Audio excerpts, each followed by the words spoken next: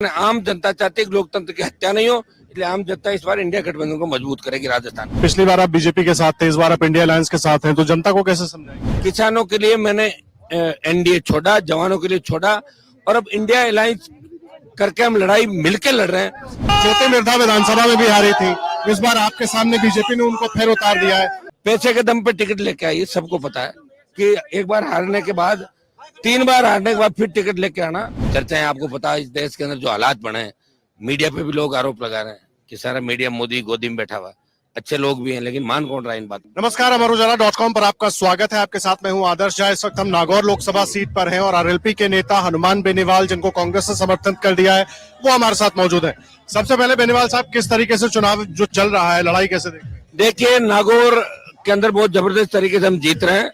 लाखों वोटों से जीत होगी, भारतीय जनता पार्टी को यहाँ परास्त करेंगे और पूरे राजस्थान के अंदर 2-3 दिन बाद फिर हम प्रचार करने निकलेंगे। पहले चरण और सेकंड चरण के अंदर तो अच्छी सीटें इस बार इंडिया अलायंस को राजस्थान के अंदर मिलेगी।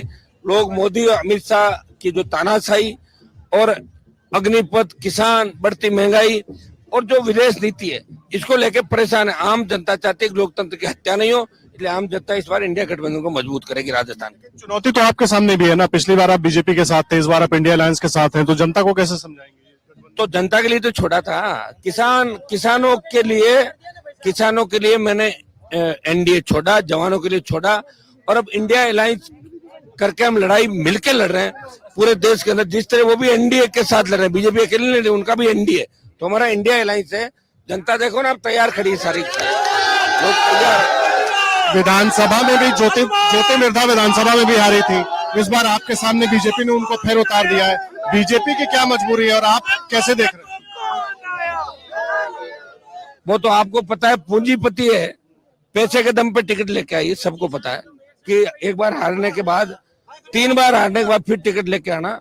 और दिल्ली वालों को दिमाग में ये होगी भाई कोई बहुत बड़ा इसका ये ब्रांड है, बहुत बड़ा, जो नागौर में चलेगी, ये करेगी। उनको ध्यान नहीं है अभी इस मामले का।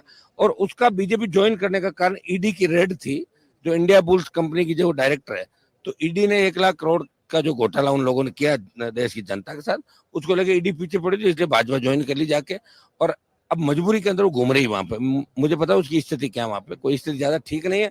लेकिन बीजेपी ऐसे ही जगह जगह, आप बताइए, ऐसे उम्मीदवार उतारे राजस्थान के कई जगह, ढंग के लोगों को टिकट काटे जो लड़ाई लड़ने का प्रयास कर रहे थे, और बिल्कुल ऐसे ऐसे चेहरे लेके आए, तो आप अंदाज भी लगा सकते हैं। ये कई जगह आरोप भी लगे कि टिकटों में पैसे भी खूब चले, ऐसे आरोप लगे हैं इस देश के अंदर। जब आप संबोधन कर रहे थे तो आपने कहा कि लड़ाई तो लड़ते रहेंगे, लेकिन साथ में आपने कहा कि अगर सरकार बने कि ना बने, तो इंडिया अलायंस में ये उत्साह क्यों नहीं दिख रहा है, ये कॉन्फिडेंस क्यों नहीं दिख रहा है कि हम सरकार बनाने की स्थिति में तो है ही। लेकिन मुझे तो ये कहना पड़ेगा ना, बने कि नहीं बने, सरकार तो जब बन के आएगी तभी मानेंगे। लेकिन हमारा संघर्ष जारी रहेगा।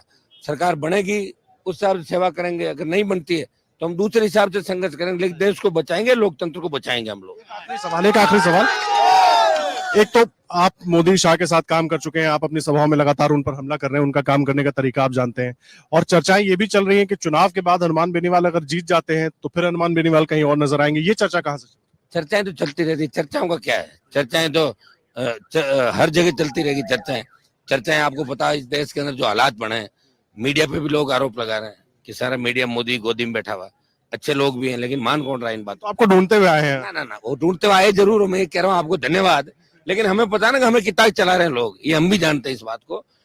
आरोप लगेंगे और आरोप जिंदा लोगों पर लगेंगे, मरे हुए जो लोग होते हैं उन पर आरोप लगते हैं, जो जिंदा होते हैं उन पर आरोप लगता है। इसका मतलब हम जिंदा है, बातें चलेगी। नागौर के लिए 2-3 चीजें बता दीजिए, क्या रहने वाला है बस? नागौर इंडिया अलायंस भारी वोटों जीत रहा नागौर के अंदर।